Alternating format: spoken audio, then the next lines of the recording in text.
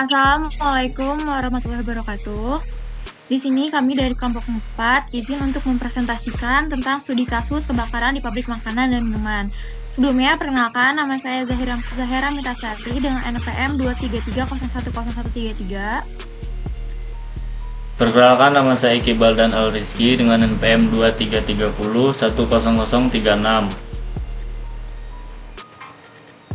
Perkenalkan, nama saya Frank Richard Ferdinandus dengan NPM 2330 142. Perkenalkan, nama saya Hafiz Rafli Wahyudi dengan NRP 2330196. Perkenalkan, nama saya Sigit Anggara dengan NRP 233010120. Perkenalkan, nama saya Faradila Zahra dengan NPM 233010121. Berikutnya, ada latar belakang dan rumusan masalah yang akan dibacakan oleh Eki Baldan. Untuk latar belakangnya, industri makanan, minuman rentan kebakaran akibat bahan mudah terbakar, itu minyak, plastik, dan lain-lain. Faktanya 60% kebakaran di pabrik disebabkan korsleting listrik. Contoh kasusnya yaitu ada di Ciamis tahun 2024 dan juga ada di Bogor di tahun 2024. Masalah terjadi akibat kurangnya inspeksi rutin, proteksi kebakaran, dan pelatihan K3. Selanjutnya ada rumusan masalah. Yang pertama, apa penyebab utama kebakaran? Yang kedua, bagaimana prosedur tanggap darurat saat insiden? Yang ketiga, langkah mitigasi apa yang bisa diterapkan?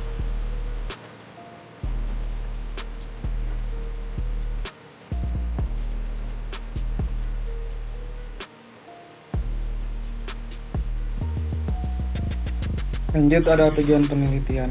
Di sini kita ada tiga tujuan penelitian. Yang pertama ada mengidentifikasi faktor penyebab kebakaran di pabrik makanan dan minuman. Dan yang kedua, menganalisis efektivitas prosedur tanggapan darurat yang diterapkan selama insiden kebakaran. Dan yang terakhir, memberikan rekomendasi langkah-langkah untuk mencegah kebakaran akibat kelalaian kelistrikan.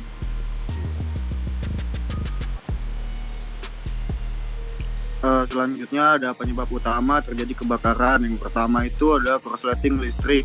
Risiko semakin tinggi ketika pabrik menggunakan peralatan produksi seperti oven, mixer, dan freezer yang beroperasi terus-menerus tanpa sistem pengaman seperti MCB atau mini circuit breaker yang memadai. Kedua, ada kelalaian manusia, yaitu minimnya pelatihan K3 juga menyebabkan karyawan tidak mampu mengenali tanda bahaya seperti bau kabel terbakar atau asap dari mesin yang overheat.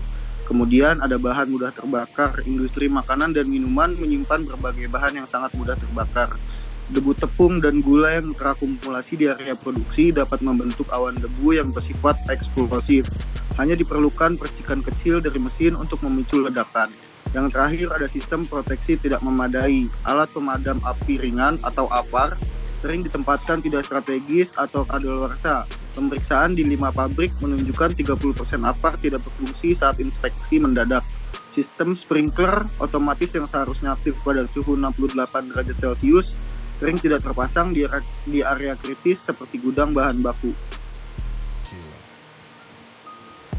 Selanjutnya ada perlengkapan K3 di industri makanan dan minuman. Yang pertama, ada alat pelindung diri atau APD. APD adalah diantaranya sarung tangan khusus tangan, helmet, masker wajah, jas lab, apron, sepatu safety, dan pelindung mata. Yang kedua ada peralatan pemadam api. Peralatan pemadam api adalah pemadam kebakaran yang siap pakai untuk mengurangi risiko kebakaran. Yang ketiga ada pelatihan keselamatan pangan. Pelatihan rutin bagi pekerja mengenai prinsip-prinsip kebersihan dan keselamatan pangan.